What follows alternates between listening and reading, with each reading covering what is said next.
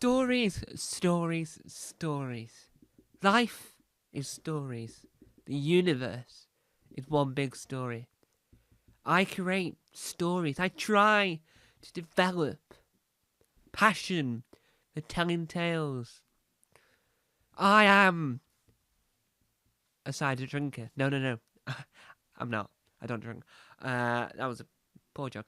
I am a storyteller. And this episode of Doctor Who, no matter what you think about it, is sending a clear message. It's sending the message of hope. It's sending the message of stories. We're all storytellers in our own way. Whether or not you tell a story down a pub, whether or not you tell a colleague a story. Life, love, and everything that exists is one story. In the end, history is a collection of stories. The legacy you leave are a collection of stories, and the more you leave it in your heart, the more you decorate the passion you have, the more you believe, the more you love, the more you have everything.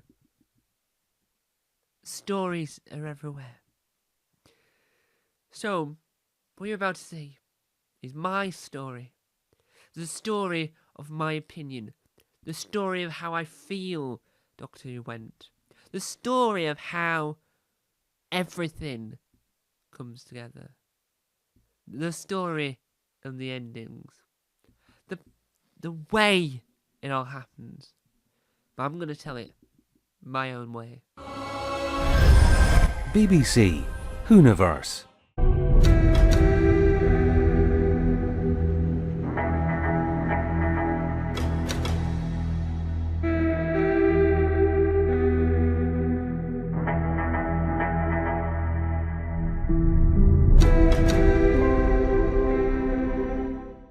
Hello, and welcome to the review of Series 15, Episode 5 of Doctor Who. Yes, this is the story. This story is an ending. I hope I have not butchered that title. You'll see in the title of the video that I've probably not butchered it. I don't know. I can't remember if this is a the. So, that's where we're at the moment. It was. So there's several episodes I want to compare this one to. We've got Rogue from last series, and we've got Rosa from Jodie Whittaker's era. Rosa is historical, so we've got the powerful message and the powerful historical figure, right? So we've got that. This is the powerful element of this. With Rogue, oh, trust me, you know what element I'm on about with Rogue that's in this one. You know, New Who, Modern Who, everything that combines it does this one thing every so often. Yeah, does it in the 11th hour. It does it in Rogue. It's done it quite a few times in its history, but I've got to admit, it's my second favourite bit. We all know what my favourite bit is. We all know. But let's do some theatrics and beat around that bush first. Let's talk about everything else first before we get to my favourite bit of this whole thing. Yes, we have it. Right. What do we think of the whole episode? As a whole. We're not going to keep an extending words. I'm just trying to contain the excitement. So my original thoughts were just going to go, wow. Just wow. But I've already done that too many times. So let's say, what do I think of it? Well, I absolutely adored it. Yes, well done. It was out of this intergalactic world. Yes, I'm going that far. I'm going to have to say this. I'm not going to be able to sit here for the next 20 minutes going,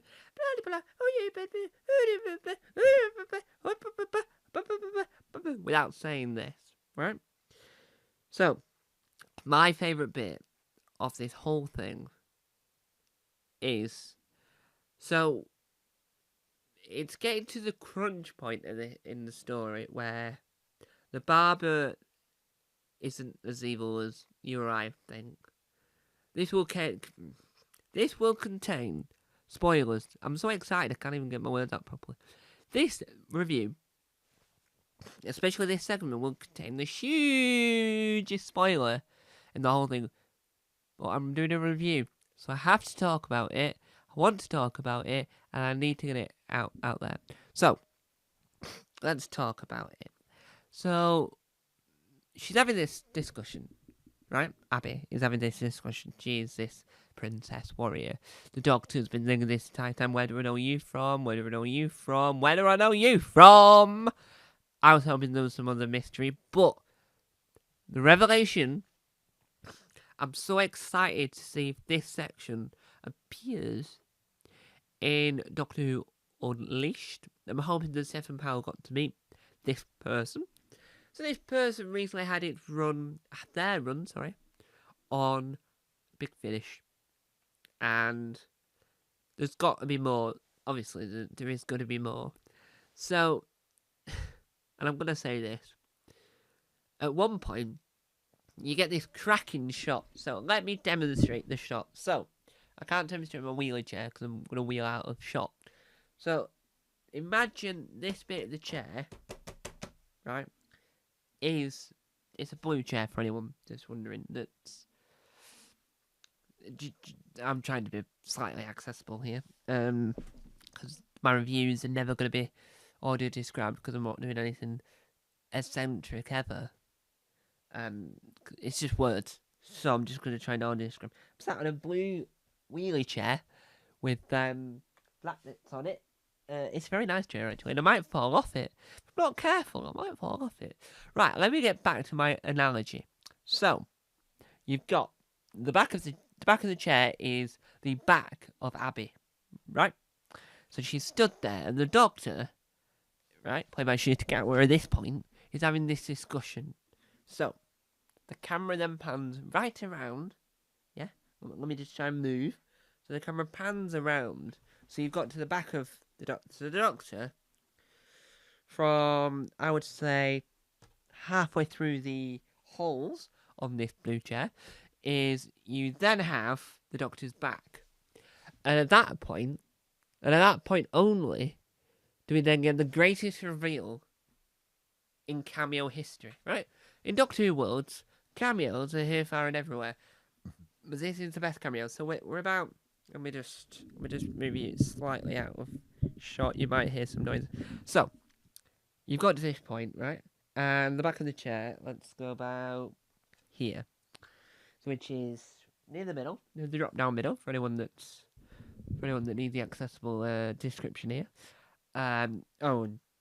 Just to add to that, I'm wearing a very bluish set of clothing. Well, some dark blue, which is, I think is black, but it's really dark blue.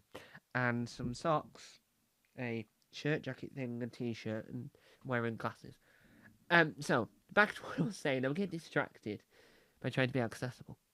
Right, that's beside every point. So, it cuts around. And at that point, you say to yourself, nothing's going to intrigue him. I'm too busy thinking this is like what Rosa was. I'm too busy thinking of the message of this, of the moral of the story, if you will. And so he pans across, and there we have it. He's having this speech, the classic Doctor speech, talking to Abby, now that he's realised who she is. And there we have it. Jo Martin, a.k.a. the Fugitive Doctor. I mean, it's the greatest cameo of all time, right, in Doctor Who history. There's probably really good film cameos I'm not going to go through here. Probably do a Take 2 episode, which is a podcast I run. And you get this aspect of wow, right? It's a definite wow on every scale at this point. My mouth, this is my demonstration.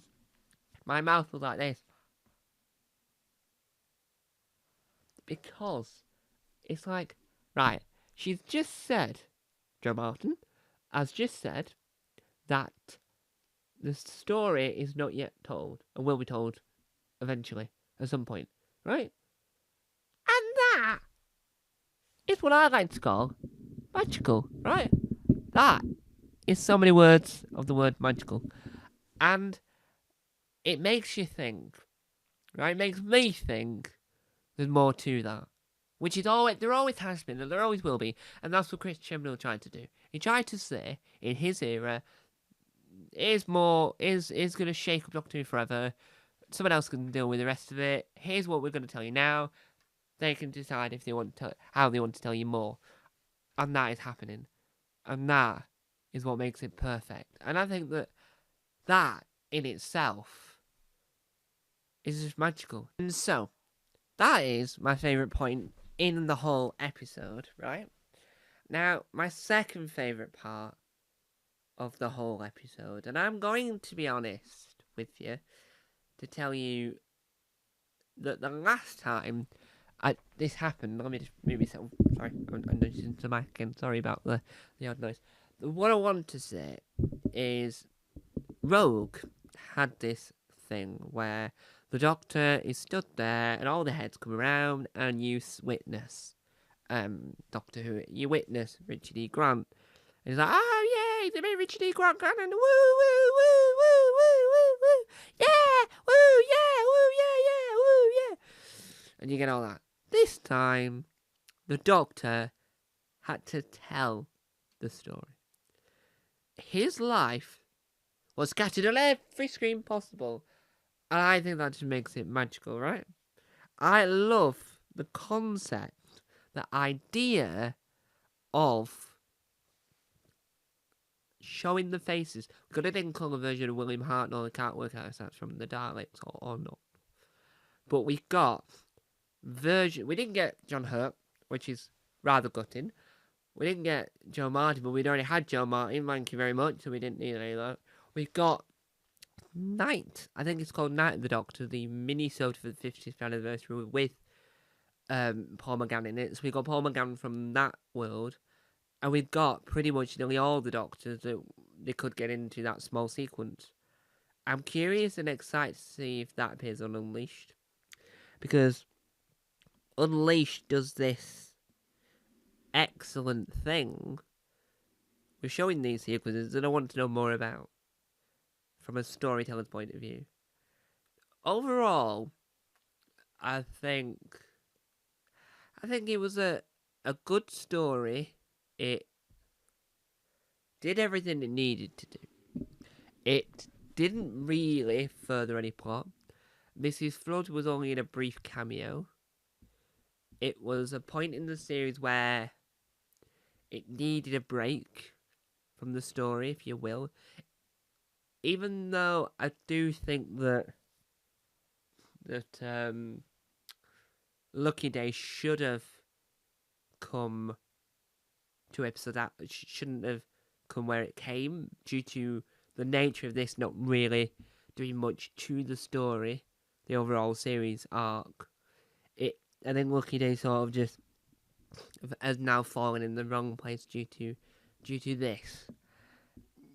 But I think that probably helps. Lucky Day probably helps set up the end, whereas this is just trying to help newer fans that have only joined on for Shooty's era to understand who the Doctor is as a character. And I just think there's. I don't want to say this in the future.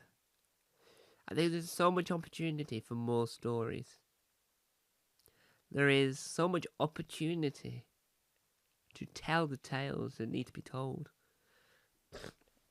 Drama, comedy, sci-fi, horror, anthology, and so many other genres exist because one person said, I want this story told. You have so many different type of people on the screen because they want their stories told. This episode was set in Lagos, Nigeria, and even though there wasn't much of Lagos, Nigeria involved, because they were mainly set inside a barbershop, which was probably filmed in Cardiff at Bad Wolf Studios. I think that having the market stalls, having the market and all the busyness is telling a small bit of Lagos, Nigeria's story. It's probably not exclusive to Lagos. Now, most of Nigeria's places where they have markets, I don't know if all of Nigeria has markets. I don't know much about Nigeria, to be fair. So I'm not going to go too much further with this, but I think that it represents a key element or an element of Nigeria. And that's what really works real well. And I've never dreamt, never thought I was going to say this due to my reviews are more family friendly and less about politics and less about issues of the day. And I know that Lux tried to address the situation about racism and I think that it is only brief, but what stories and endings sort of does is says that yes, the Doctor can be whoever or whatever, and even though any actor can play the Doctor now, I say now it's because there was a period of time where they didn't have. Well, when Jodie Whittaker could talk over the role, they made it very much clear that any actor can now play the Doctor, which is perfect, which is should have done years ago, but I think they were just trying to choose the right actor for the role. I don't think they were going, I don't think we should have a woman. No, I don't think we should have a woman. I think they were going, right, I do want her to play the Doctor, but I don't think she's just ready just yet. So I think that it's about choosing the right actor. But I think having the discussion with Belinda about the fact that he feels more comfortable here because of who he is at this moment in time in the character's life and how he presents to the world at this moment in time. I think that sort of gives it sort of the human aspect and gives it the warmth that it needs because it shows that the Doctor can be vulnerable. It's showing that the Doctor has more going on than anyone would expect. And it shows that he wants, even though he's a Time Lord, he's not a human and he can't connect, really, on the same level with a human. At that moment in time, he feels safe, he feels welcomed, and he feels beloved in Nigeria. And I think this has a powerful message to send. Doctor Who, as a whole, has had so many of the years young fans not just watch Doctor Who, but welcomed into the fandom and create YouTube videos and create their own fan series and fan films and fan audios. And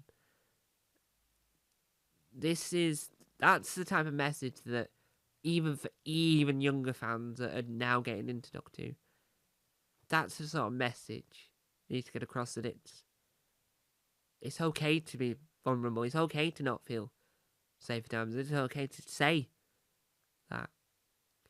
So even though this episode was adventurous, exciting, cameos from John Martin, cameos from all the Doctors really, most of them at least, in some way or form, and even though it tried to be as welcoming to new and old fans alike, it just shows that Doctor Who, no matter who's writing it, no matter who the Doctor is, inside there is always passion and there's always heart for what it needs to be.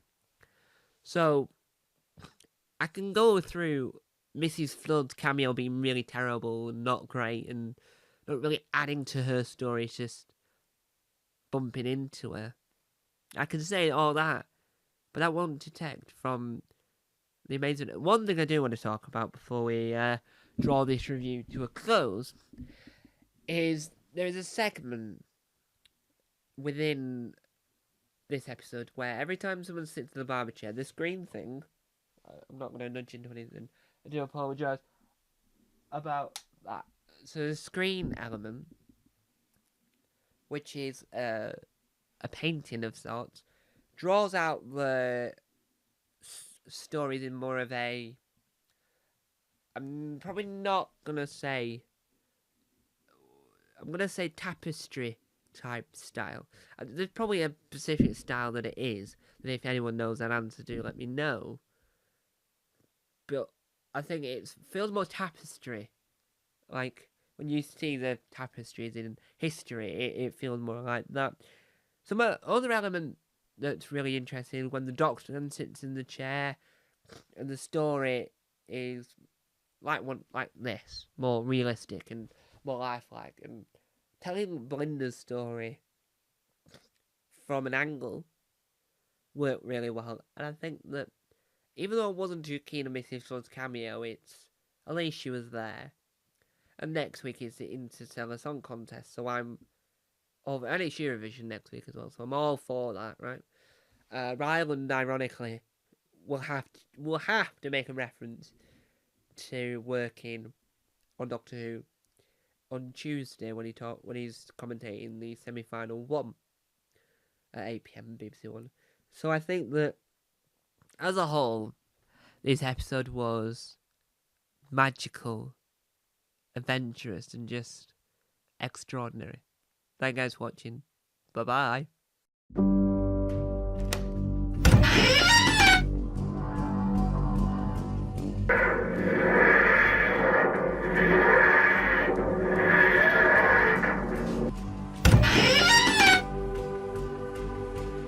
Don't forget to subscribe to the official Tom Mason YouTube channel